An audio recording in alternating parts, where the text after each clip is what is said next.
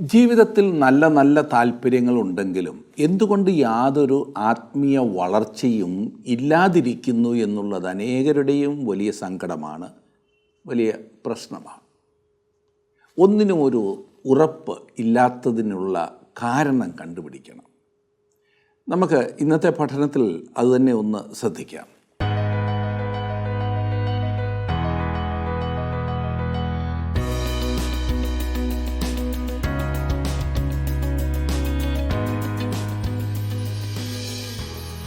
ആത്മീയ കാര്യങ്ങളിൽ താല്പര്യമുണ്ടെങ്കിലും ജഡത്തെ അനുസരിച്ച് ജീവിക്കുന്നതാണ് അനേകരുടെയും പ്രശ്നം. അവർ തിരിച്ചറിവില്ലാത്ത ശിശുക്കളെ പോലെയാകുന്നു. സ്വന്തം കാര്യം എന്നതിലുപരി മറ്റൊന്നും അവർക്ക് ചിന്തിക്കുവാൻ കഴിയുന്നുമില്ല. എവിടെ ചെന്നാലും ഭിന്നത, അത് ഉണ്ടാക്കുന്നതിന് മുൻകൈ എടുക്കുന്നവരാണിവർ. അങ്ങനെയുള്ളവരെ ഏറെ സൂക്ഷിക്കണം.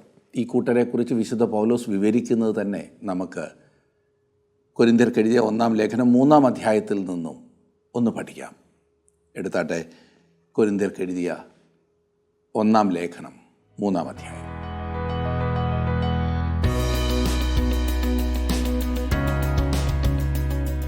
മൂന്നാം അധ്യായം നിങ്ങൾ എന്നോടൊപ്പം എടുക്കുമെങ്കിൽ ഞാൻ അതിൻ്റെ ആദ്യത്തെ വാക്യം ഒന്ന് വായിക്കട്ടെ. എന്നാൽ സഹോദരന്മാരെ, നിങ്ങളോട് എനിക്ക് ആത്മീയരോടെന്ന പോലെയല്ല, ജഡികന്മാരോടെന്ന പോലെ, ക്രിസ്തുവിൽ ശിശുക്കളായവരോടെന്ന പോലെ അത്രേ സംസാരിപ്പാൻ കഴിഞ്ഞുള്ളൂ.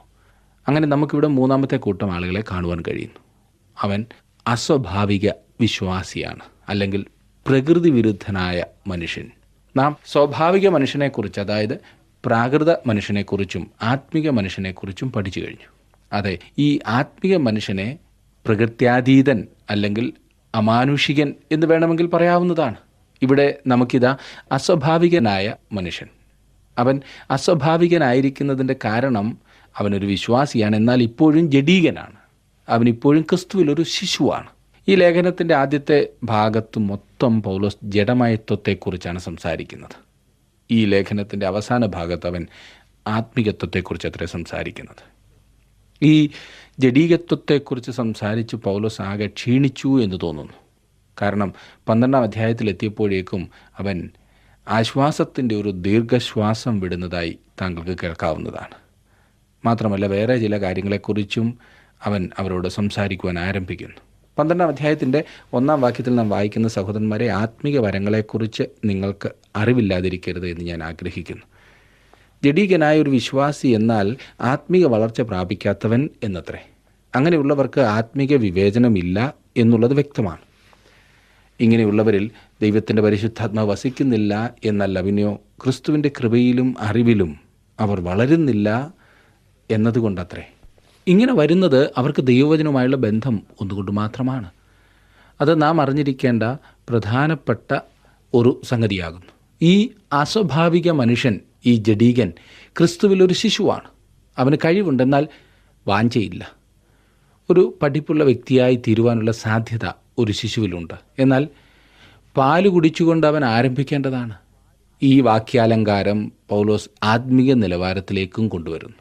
ആത്മാവിന് കീഴ്പ്പെടുകയും ആത്മാവ് നമ്മെ ഭരിക്കുകയും ചെയ്യുന്നതിനനുസരിച്ചാണ് നമ്മുടെ ആത്മീക വളർച്ചയെ കണക്കാക്കേണ്ടത്.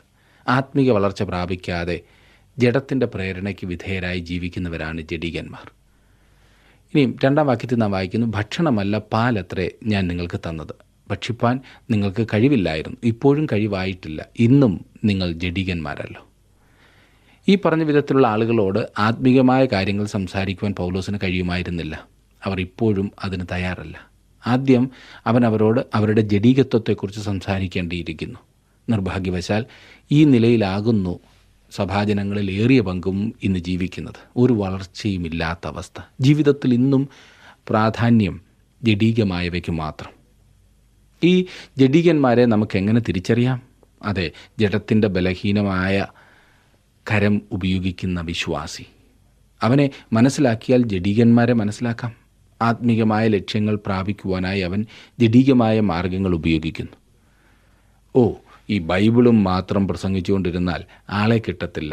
വല്ല സദ്യയോ നാടകമോ ഗാനമേളയോ ഒക്കെ നടത്തണം, അതും മനുഷ്യർക്ക് രസിക്കുന്ന വിധത്തിലുള്ളത് വേണം എന്ന് പലരും പറയുന്നത് കേട്ടിട്ടില്ലേ?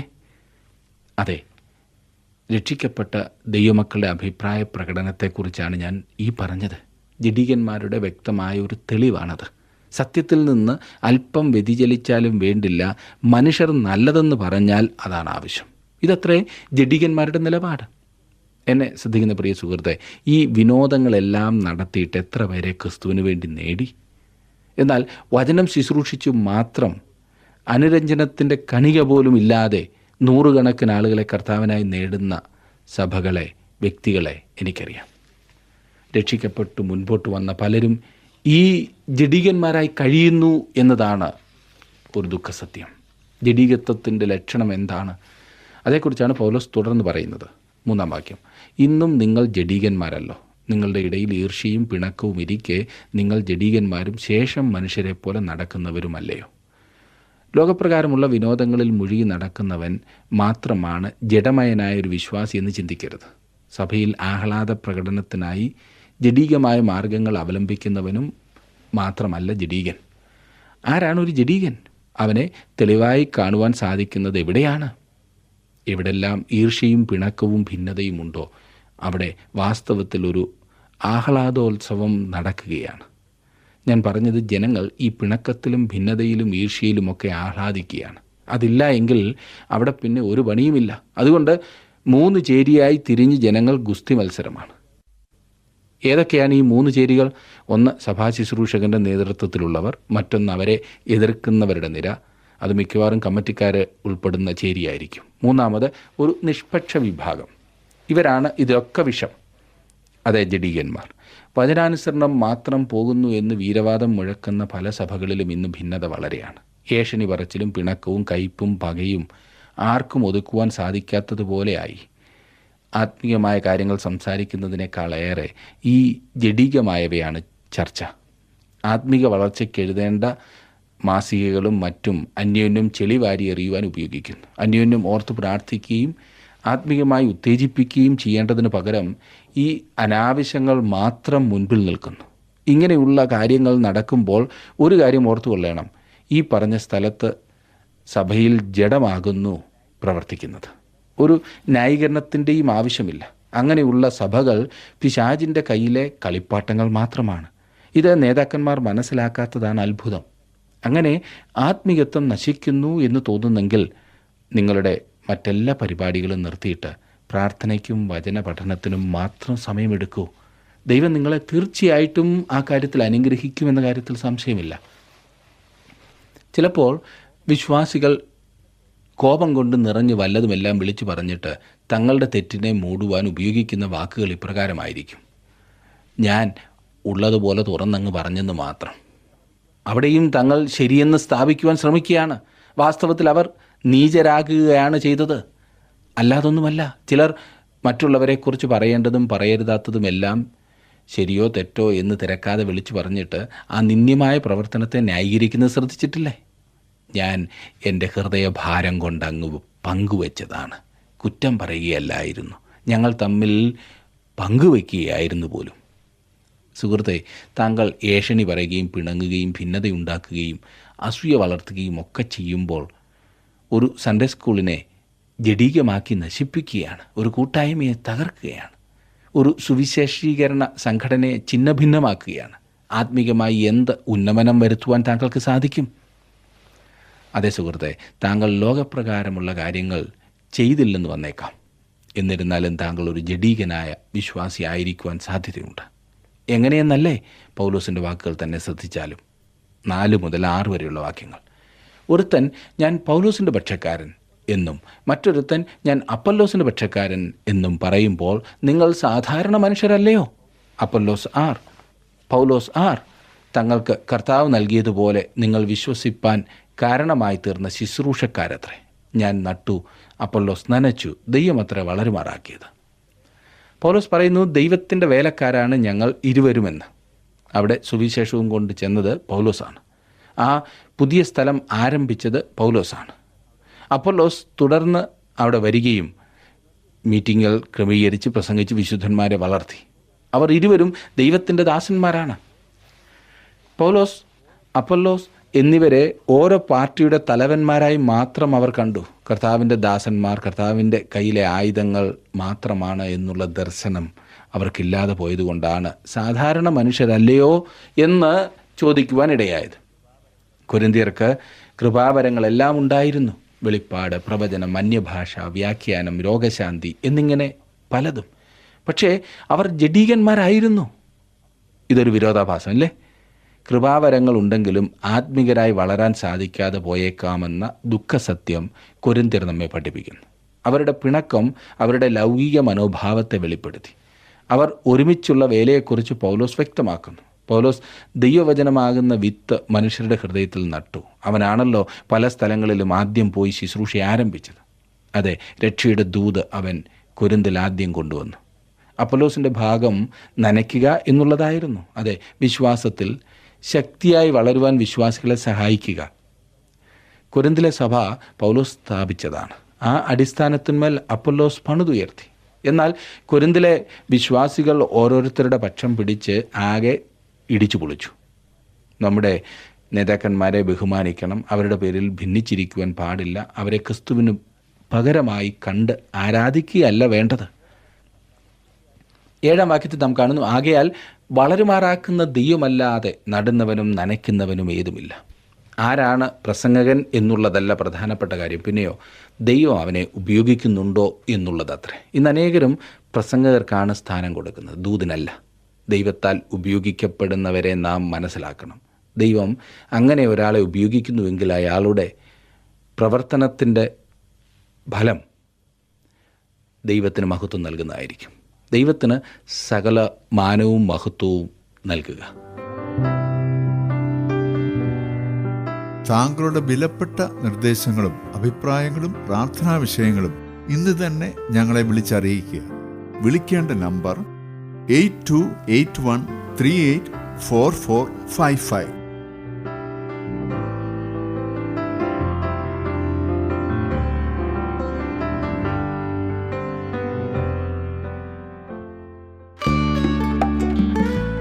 ഇന്നത്തെ പ്രോഗ്രാം താങ്കൾക്ക് ഇഷ്ടപ്പെട്ടുവോ?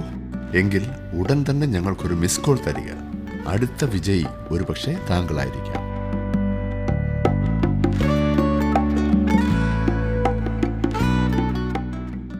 എട്ടാം വാക്യം, നടുന്നവനും നനയ്ക്കുന്നവനും ഒരുപോലെ ഓരോരുത്തന് താൻ്റെ അധ്വാനത്തിനൊത്തവണ്ണം കൂലി കിട്ടും.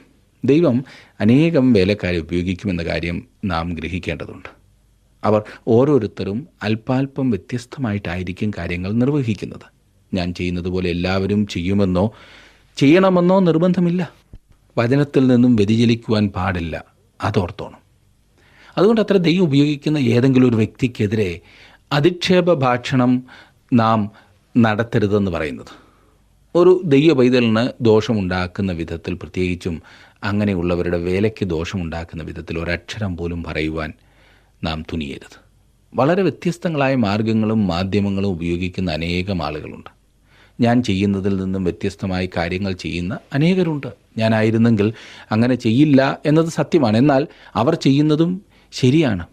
റേഡിയോയിലൂടെ ദൈവവചനം പഠിപ്പിക്കുവാൻ എനിക്ക് ദൈവം ഒരവസരം തന്നു. അതില്ലാത്തവരെല്ലാം ചെയ്യുന്നത് സുവിശേഷ വേലയല്ല എന്ന് എനിക്ക് പ്രസംഗിക്കുവാൻ സാധിക്കുമോ? ഇല്ല. നാം എല്ലാം ദൈവത്തോട് ചേർന്ന് പ്രവർത്തിക്കുന്നവരാണ്. നാം അവൻ്റെ വേലക്കാരാണ്. ദൈവവേല വിവിധങ്ങളായ വരങ്ങളും കഴിവുകളുമുള്ള വ്യത്യസ്തരായ അനേകം വ്യക്തികളാൽ നടക്കുന്നതാണ്. ഈ പ്രവർത്തനത്തിൽ സൂപ്പർ സ്റ്റാർ ഒന്നുമില്ല, ടീം അംഗങ്ങൾ മാത്രമേ ഉള്ളൂ. അതെ, തങ്ങളുടെ പ്രത്യേക ഭാഗം നിർവഹിക്കുന്ന അംഗങ്ങൾ. നാം ചെയ്യുന്ന കാര്യങ്ങൾക്ക് മഹത്വം വേണമെന്നുള്ള ആഗ്രഹം മാറ്റിവെച്ച് പ്രവർത്തിക്കാമെന്നുണ്ടെങ്കിൽ ദൈവത്തിൻ്റെ ആ സംഘത്തിലെ, ടീമിലെ പ്രയോജനമുള്ള അംഗങ്ങളായി നാം തീരും. മനുഷ്യരിൽ നിന്ന് വരുന്നതായ പുകഴ്ചയ്ക്ക് വേണ്ടി ആഗ്രഹിക്കരുത്, അത് പ്രയോജനമില്ലാത്തതാണ്. ഇന്ന് തലയിലേറ്റുന്നവർ നാളെ താഴെയിടും എന്ന് മറക്കരുത്. എന്നാൽ ദൈവത്തിൽ നിന്നുള്ള അംഗീകാരത്തിനു വേണ്ടി കാക്ഷിക്കുക, അതിനോളം പ്രയോജനമുള്ളത് വേറൊന്നും കാണില്ല. ഏകാന്തതയുടെ മധ്യത്തിലും അപവാദ ശരങ്ങൾ ഏൽക്കുമ്പോഴുമെല്ലാം ആ അംഗീകാരം താങ്കളെ ശക്തിപ്പെടുത്തും. ദൈവമക്കൾ ഒരുമിച്ച് നിന്ന് പ്രവർത്തിക്കേണ്ടതാണ്. 9-ാം വാക്യം, ഞങ്ങൾ ദൈവത്തിൻ്റെ കൂട്ടുവേലക്കാർ, നിങ്ങൾ ദൈവത്തിൻ്റെ കൃഷി, ദൈവത്തിൻ്റെ ഗൃഹനിർമ്മാണം. ദൈവത്തിൻ്റെ കൂട്ടുവേലക്കാർ, ശുശ്രൂഷകന്മാർ ദൈവത്തിൻ്റെ കയ്യിലെ ആയുധങ്ങൾ മാത്രമാണ്. അവരുടെ പിൻപിൽ യഥാർത്ഥ വേലക്കാരനായി ദൈവം സ്ഥിതി ചെയ്യുന്നു. കൃഷിയായാലും കെട്ടിടമായാലും ഉടമസ്ഥൻ ദൈവമാണ്. ദൈവത്തിൻ്റെ കൂട്ടുവേലക്കാരായി പണിയെടുക്കുക എന്നത് എത്ര വലിയ പദവിയാകുന്നു എന്ന് നാം ഓർക്കണം. നാം 3-ാം അധ്യായത്തിൻ്റെ 10-ാം വാക്യത്തിലേക്ക് വരുമ്പോൾ അവിടെ നാം കാണുന്നത്, എനിക്ക് ലഭിച്ച ദൈവകൃപയ്ക്ക് ഒത്തവണ്ണം ഞാൻ ജ്ഞാനമുള്ള ഒരു പ്രധാന ശില്പിയായി അടിസ്ഥാനമിട്ടിരിക്കുന്നു. മറ്റൊരുത്തൻ മീതെ പണിയുന്നു, താൻ എങ്ങനെ പണിയുന്നു എന്ന് ഓരോരുത്തരും നോക്കിക്കൊള്ളട്ടെ. 1900 വർഷങ്ങൾക്ക് മുൻപ് അടിസ്ഥാനമിട്ട് താങ്കൾക്കോ എനിക്കോ അതിടുവാൻ സാധ്യമല്ല. ക്രിസ്തുയേശുവാകുന്ന ആ അടിസ്ഥാനത്തിലേക്ക് ചൂണ്ടിക്കാണിക്കുക മാത്രമേ നമുക്ക് ചെയ്യുവാൻ സാധിക്കൂ. ആ അടിസ്ഥാനത്തിന്മേൽ നമുക്ക് പണിയാവുന്നതാണ്. ദൈവവചനം എത്രയും അധികം അറിയിക്കുക, മനുഷ്യരെ രക്ഷിക്കുവാൻ കഴിയുന്ന ഒരേ ഒരു കാര്യമായ സുവിശേഷം പ്രസംഗിക്കുക എന്നിവയാണ് ഏറ്റവും പ്രധാനപ്പെട്ടത്. 11-ാം വാക്യം, യേശുക്രിസ്തു എന്ന ഇട്ടിരിക്കുന്ന അടിസ്ഥാനമല്ലാതെ മറ്റൊന്നിടുവാൻ ആർക്കും കഴിയുകയില്ല. താങ്കൾ അവൻ്റെ മേലാകുന്നുവോ പണിയുന്നത്? ഒരു വിശ്വാസിക്കുള്ള ഏറ്റവും പ്രധാനപ്പെട്ട ഒരു ചോദ്യം അതത്രേ. താങ്കൾ ക്രിസ്തുവിങ്കിലേക്ക് വന്നപ്പോൾ താങ്കൾ പ്രവർത്തനങ്ങൾ ഒന്നും ഇല്ലാതെയാണ് വന്നത്. എല്ലാം ലഭിക്കുവാനായി ഒന്നും തന്നെ താങ്കൾ കൊണ്ടുവന്നില്ല. ക്രിസ്തുവാകുന്ന ആ പാറമേൽ താങ്കളെ അവനാക്കി. ഇപ്പോൾ അതിന്മേൽ താങ്കൾക്ക് പണിയുവാൻ സാധിക്കും. ഇവിടത്രേ സൽപ്രവർത്തികളുടെ പ്രസക്തി. ഒരു കെട്ടിടം അതിൻ്റെ അടിസ്ഥാനത്തോളം മാത്രമാണ് ശക്തമായിരിക്കുന്നത്. നമ്മുടെ ജീവിതത്തിൻ്റെ അടിസ്ഥാനം ക്രിസ്തുവാകുന്നു. അവനാണ് നാം ആയിരിക്കുന്നതിൻ്റെ കാരണം. അവൻ നൽകിയ മാതൃക അനുസരിച്ചു വേണം നാമും നമ്മുടെ പ്രവർത്തനങ്ങളും. എപ്രകാരത്തിലുള്ള ഒരു അടിസ്ഥാനത്തിന്മേലാകുന്നു താങ്കൾ ജീവിതത്തെ പണിയുന്നത്? 12-13 വാക്യങ്ങൾ, ആ അടിസ്ഥാനത്തിന്മേൽ ആരെങ്കിലും പൊന്ന്, വെള്ളി, വിലയേറിയ കല്ല്, മരം, പുല്ല്, വൈക്കോൽ എന്നിവ പണിയുന്നുവെങ്കിൽ അവനവൻ്റെ പ്രവൃത്തി വെളിപ്പെട്ടു വരും. ആ ദിവസം അതിനെ തെളിവാക്കും. അത് തീയോടെ വെളിപ്പെട്ടു വരും. ഓരോരുത്തരുടെ പ്രവൃത്തി ഇന്ന വിധം എന്ന് തീ തന്നെ ശോധന ചെയ്യും. ഇതിനോടകം ഇട്ടിരിക്കുന്ന അടിസ്ഥാനത്തിന്മേൽ ഒരാൾക്ക് 6 വ്യത്യസ്തങ്ങളായ സാധനങ്ങൾ കൊണ്ട് പണി ചെയ്യാമെന്നത്ര പൗലോസ് പറയുന്നത്. പൊന്ന്, വെള്ളി, വിലയേറിയ കല്ല്, മരം, പുല്ല്, വൈക്കോൽ. ആദ്യത്തെ 3 കൂട്ടം കാര്യങ്ങളെ തീ ഒന്നും ചെയ്യുകയില്ല എന്ന് പറഞ്ഞതുകൊണ്ട് മാത്രമായില്ല. പൊന്നിനെയും വെള്ളിയെയും വിലയേറിയ കല്ലിനെയും തീ ശുദ്ധീകരിക്കുമെന്നതാണ് വാസ്തവം. എന്നാൽ രണ്ടാമത് പറഞ്ഞ 3 കൂട്ടം കാര്യങ്ങളെ തീ നിമിഷ നേരം കൊണ്ട് നശിപ്പിക്കും. മരം, പുല്ല്, വൈക്കോൽ എന്നിവ പുകയായി അന്തരീക്ഷത്തിൽ മറയും. പിന്നെ കുറെ വെണ്ണീറും.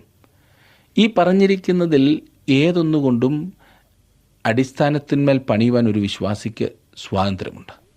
അതെ, പൊന്ന്, വെള്ളി, വിലയേറിയ കല്ല്, മരം, പുല്ല്, വൈക്കോൽ എന്നിവയിൽ ഏതും ഉപയോഗിച്ച് പണിയാവുന്നതാണ്. ഒരു കാര്യം, ഈ വിലയേറിയ അടിസ്ഥാനത്തിന്മേൽ പണിയുവാൻ ഉപയോഗിക്കുന്ന സാധനങ്ങൾ അടിസ്ഥാനത്തിന് യോജിച്ചതായിരിക്കണം. പൊന്ന് ദൈവത്തിൻ്റെ സ്വർഗീയ ഭാവവും ഗുണലക്ഷണങ്ങളും, വെള്ളി ക്രിസ്തു മൂലമുള്ള വീണ്ടെടുപ്പുമാണ്. വിലയേറിയ കല്ല് ക്രിസ്തുവിൻ്റെ വ്യക്തിത്വം, ശുശ്രൂഷ ഇവയാണ്. ഈ വില കുറഞ്ഞതും തീ പിടിച്ച് നശിക്കുവാൻ സാധ്യതയുള്ളതുമായ കാര്യങ്ങൾ നമ്മുടെ പണിക്ക് ഉപയോഗിക്കരുത്. ഉപദേഷ്ടാക്കന്മാർ പല വിധത്തിൽ പണിയുന്നു. ദുരുപദേശമാകണമെന്നില്ല. മാനുഷിക ജ്ഞാനം, വശീകരണ വാക്കുകൾ, ദൈവമഹത്വത്തെ ലക്ഷ്യമാക്കാതെ സ്വന്തം പുകഴ്ചയ്ക്ക് വേണ്ടിയും ദ്രവ്യാഗ്രഹത്തിൻ്റെ പ്രേരണയാലും ചെയ്യുന്ന വേലകൾ, ദൈവസന്നിധിയിൽ ഇതൊന്നും നിലനിൽക്കുകയില്ല. ഇവിടെ വേറൊരു അർത്ഥമുള്ളത്, ഒരു ദൈവപൈതലിന് ഒരു പ്രതിഫലത്തിന് വേണ്ടി പണി ചെയ്യാവുന്നതാണ്. ഒരു വ്യക്തിയുടെ പണി നിലനിന്നാൽ, അതായത് ഇതിനോടകം ഇട്ടിട്ടുള്ള അടിസ്ഥാനത്തിന്മേൽ പണിയുന്ന പണി അത് നിലനിന്നാൽ അങ്ങനെയുള്ളവർ ഒരു പ്രതിഫലം പ്രാപിക്കും. 14-ാം വാക്യം നോക്കിക്കാട്ടെ. ഒരുത്തൻ പണിത പ്രവൃത്തി നിലനിൽക്കുമെങ്കിൽ അവന് പ്രതിഫലം കിട്ടും എന്ന് പറഞ്ഞാൽ, അവൻ പൊന്ന്, വെള്ളി, വിലയേറിയ കല്ല് എന്നിവ കൊണ്ട് പണിതെന്നാൽ അവനൊരു പ്രതിഫലം ലഭിക്കും. ഇന്ന് നമ്മുടെ ഇടയിൽ അനുഗ്രഹീതരായ അനേകം വിശുദ്ധന്മാരുണ്ട് എന്ന അഭിപ്രായമാണ് എനിക്കുള്ളത്. എത്രയെത്ര വിശുദ്ധർ! ആരോരും അറിയാത്തവരായിരിക്കും അവർ. ഇവരിൽ ഏതാനും പേരെയൊക്കെ ഞാൻ കാണുന്നവരിൽ ഉണ്ട്. ദൈവം അതിശയകരമായ വിധത്തിൽ ഉപയോഗിക്കുന്ന വിശുദ്ധന്മാർ. അവർ പൊന്നുകൊണ്ടാണ് പണിയുന്നത്. ഒരു ചെറിയ കഷ്ണം സ്വർണം ഒരു കച്ചിക്കൂന പോലൊന്നും എല്ലാവർക്കും കാണാവുന്നതല്ല. അത് ഒരു കഷ്ണം സ്വർണമാകുന്നു എന്ന് ഒരു പക്ഷേ ദൈവത്തിന് മാത്രമേ അറിവുള്ളായിരിക്കും. വൈക്കോൽ തുറു നിങ്ങൾ കണ്ടിട്ടില്ലേ? നമ്മുടെ നാട്ടിൽ സർവ്വസാധാരണയാണല്ലോ ഈ വൈക്കോൽ തുറുകൾ. എത്ര മൈൽ ദൂരെ നിന്നും അത് നമുക്ക് കാണാം. അത്ര വലിപ്പമുള്ള കൂനകൾ. ഇങ്ങനെ വൈക്കോൽ കൂനകൾ പണിതുയർത്തുന്ന അനേകരുണ്ട്. അവർ ചെയ്യുന്നത് എന്താകുന്നു എന്നെല്ലാവരും കേൾക്കുന്നുണ്ട് താനും. എന്തൊരു പരസ്യം! ഒരു ദിവസം ഈ വൈക്കോൽ കൂനകൾ ശോധന ചെയ്യപ്പെടും. അന്നേരം അവിടെ വൈക്കോൽ ബാക്കി കാണത്തില്ല. കാരണം ശോധന ചെയ്യുന്നത് തീ കൊണ്ടാണ്.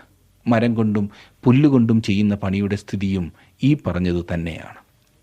15-ാം വാക്യം, ഒരുത്തൻ്റെ പ്രവൃത്തി വെന്തുപോയെങ്കിൽ അവന് ഛേദം വരും, താനോ രക്ഷിക്കപ്പെടും, എന്നാൽ തീയിൽ കൂടി എന്ന പോലെ അത്രേ.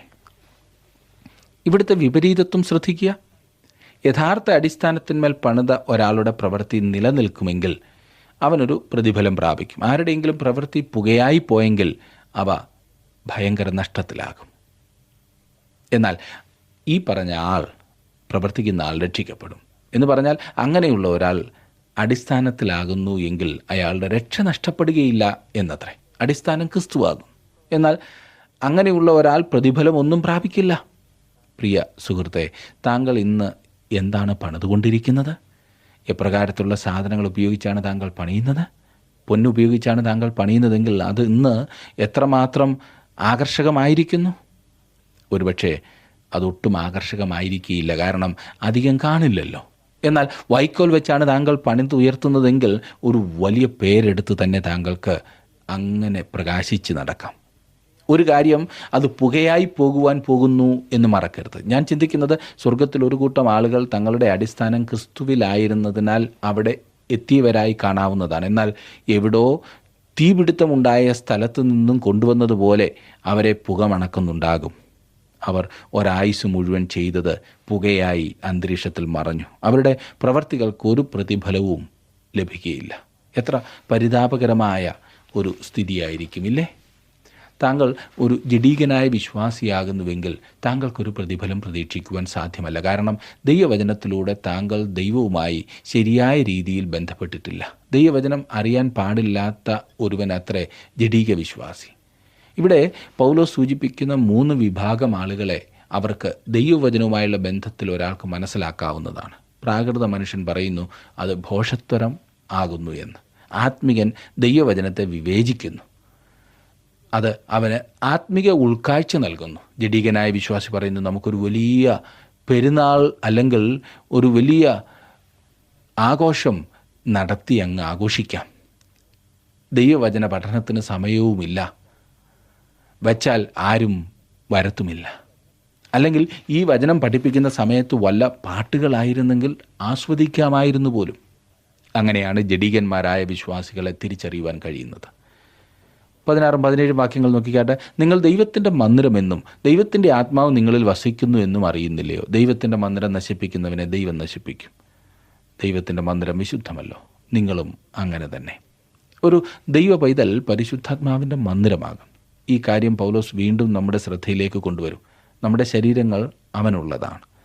18-ാം വാക്യം, ആരും തന്നെത്താൻ വഞ്ചിക്കരുത്. താൻ ഈ ലോകത്തിൽ ജ്ഞാനി എന്ന് ആർക്കെങ്കിലും തോന്നിയാൽ അവൻ ജ്ഞാനിയാകേണ്ടതിന് ഭോഷനായിത്തീരട്ടെ.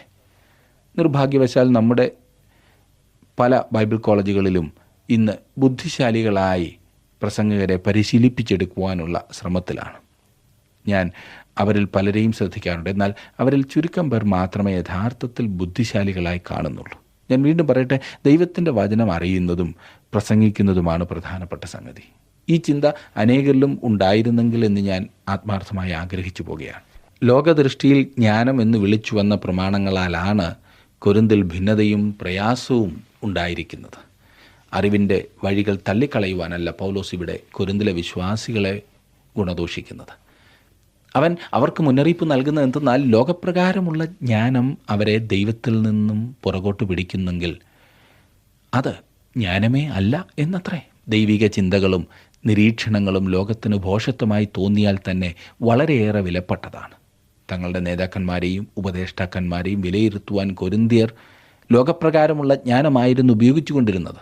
ഒരു പ്രസംഗത്തിൻ്റെ ദൂതിനേക്കാൾ അതിൻ്റെ അവതരണത്തിന് കൊരിന്തിലെ ആളുകൾ മാർക്കിട്ടു. അവരുടെ അഹങ്കാരമാണ് ഇതിനെല്ലാം വഴിതെളിച്ചത് എന്ന് മറക്കരുത്. 19 മുതൽ നാം വായിക്കുന്നത്, ഈ ലോകത്തിൻ്റെ ജ്ഞാനം ദൈവസന്നിധിയിൽ ഭോഷത്വമത്രേ. അവൻ ജ്ഞാനികളെ അവരുടെ കൗശലത്തിൽ പിടിക്കുന്നു എന്നും കർത്താവ് ജ്ഞാനികളുടെ വിചാരം വ്യർത്ഥം എന്നറിയുന്നു എന്നും എഴുതിയിരിക്കുന്നുവല്ലോ. ആകയാൽ ആരും മനുഷ്യരിൽ പ്രശംസിക്കരുത്, സകലവും നിങ്ങൾക്കുള്ളതല്ലോ. പൗലോസോ അപ്പല്ലോസോ കേഭാവോ ലോകമോ ജീവനോ മരണമോ ഇപ്പോഴുള്ളതോ വരുവാനുള്ളതോ സകലവും നിങ്ങൾക്കുള്ളത്. നിങ്ങളോ ക്രിസ്തുവിനുള്ളവർ, ക്രിസ്തു ദൈവത്തിനുള്ളവൻ. ഒരു ഇടുങ്ങിയ കൂട്ടത്തിലോ ഏതെങ്കിലും ഒരു പ്രത്യേക സംഘടനയിലോ ഒതുങ്ങിക്കഴിയേണ്ടതില്ല എന്നുള്ളത് എത്ര ആശ്വാസകരമാകുന്നു. നാം ഒരു സഭയിലോ സംഘടനയിലോ ഒരു പ്രത്യേക ആളിൻ്റെയോ മാത്രമാണെന്ന് ചിന്തിക്കുന്നതിനേക്കാൾ എത്രയോ മനോഹരമാണ് എല്ലാ ദൈവജനങ്ങളും നമുക്കുള്ളവരാണെന്ന് ചിന്തിക്കുന്നത്. എത്ര ആശ്ചര്യകരം, എത്ര മനോഹരം. നാം ഈ വിഷയത്തിൽ ഇടുങ്ങിയ ചിന്താഗതി വെച്ച് പുലർത്തേണ്ടതില്ല. അതൊരിക്കലും നമുക്ക് ഗുണം ചെയ്യില്ല. ക്രിസ്തുവിൽ നാം എല്ലാവരും ഒന്നത്രേ. കർത്താവായ യേശു ക്രിസ്തുവിൻ്റെ രക്തത്താൽ വീണ്ടെടുക്കപ്പെട്ട ദൈവമക്കൾ എല്ലാവരും അന്യോന്യം ബന്ധപ്പെട്ടിരിക്കുകയാണ്. ലോകത്തിലുള്ള ഏതൊരു ബന്ധത്തെക്കാളും ശക്തമായതാണ് യേശു ക്രിസ്തുവിൽ കൂടി നമുക്കുള്ള ബന്ധം. ലോകത്തിലുള്ള ഏത് ബന്ധത്തെക്കാളും ശക്തമാണ് ക്രിസ്തുവിലൂടെയുള്ള ബന്ധം. നിങ്ങളുടെ ജീവിതത്തിൽ ക്രിസ്തുവുമായി ബന്ധപ്പെടുവാൻ സാധിച്ചിട്ടുണ്ടോ പ്രിയ സുഹൃത്തെ? യേശു ക്രിസ്തുവിനെ രക്ഷകനും കർത്താവുമായി അംഗീകരിക്കുമ്പോൾ അത് ജീവിതത്തിൽ വലിയ മാറ്റങ്ങൾ കൊണ്ടുവരും. ജഡീകനായി ജീവിക്കാതെ ഒരു ആത്മീയനായി ജീവിക്കുവാൻ നിങ്ങൾക്ക് ദൈവം സഹായം ചെയ്യട്ടെ എന്ന് പ്രാർത്ഥിക്കുന്നു. നമുക്കൊരുമിച്ച് പ്രാർത്ഥിക്കാം. കർത്താവേ, ഇന്നത്തെ ഈ വചന പഠനത്തിലൂടെ അവിടുന്ന് ഞങ്ങളോട് സംസാരിച്ചല്ലോ. പലപ്പോഴും ഞങ്ങൾ ആത്മീയരെന്ന് അഭിമാനിക്കുന്നുവെങ്കിൽ തന്നെ ജഡത്തിനാണ് മുൻഗണന കൊടുക്കാറുള്ളത്. അതുകൊണ്ട് തന്നെ ജീവിതത്തിൽ വിജയിക്കുവാൻ കഴിയാതെ പോകുന്ന ഞങ്ങളുടെ കുറവുകളെ ഇന്ന് വചനം കേട്ടപ്പോൾ നിങ്ങൾ കാണിച്ചു തന്നതിനായി സ്തോത്രം. ഇന്ന് ഈ വചനം കേട്ട എല്ലാവരെയും അവിടുന്ന് അനുഗ്രഹിക്കണമേ. കുടുംബങ്ങളായി, വ്യക്തികളായി നിന്നെ ശുശ്രൂഷിപ്പാൻ, നിന്നെ സ്നേഹിപ്പാൻ നിൻ്റെ മക്കൾക്ക് നീ കൃപ ചെയ്യണമേ. വിവിധ ആവശ്യങ്ങളിലിരിക്കുന്ന പ്രിയപ്പെട്ടവർക്ക് വേണ്ടി പ്രാർത്ഥിക്കുന്നു. കർത്താവെ, ഞങ്ങളുടെ ഏത് ആവശ്യവും അവിടുത്തെ സന്നിധിയിൽ സമർപ്പിക്കുവാൻ അവിടുന്ന് അവകാശം തന്നിരിക്കുന്നതോർത്ത് സ്തോത്രം. നിൻ്റെ കുഞ്ഞുങ്ങളോട് കൂടെ ഇരുന്ന് അവരുടെ ആവശ്യങ്ങളിൽ നീ സഹായിക്കണമേ. ദൈവകൃപ കൊണ്ട് നിറച്ചാട്ടെ. യേശു ക്രിസ്തുവിൻ്റെ നാമത്തിൽ തന്നെ. ആമേൻ. ദൈവം നിങ്ങളെ സമൃദ്ധിയായിട്ട് അനുഗ്രഹിക്കട്ടെ.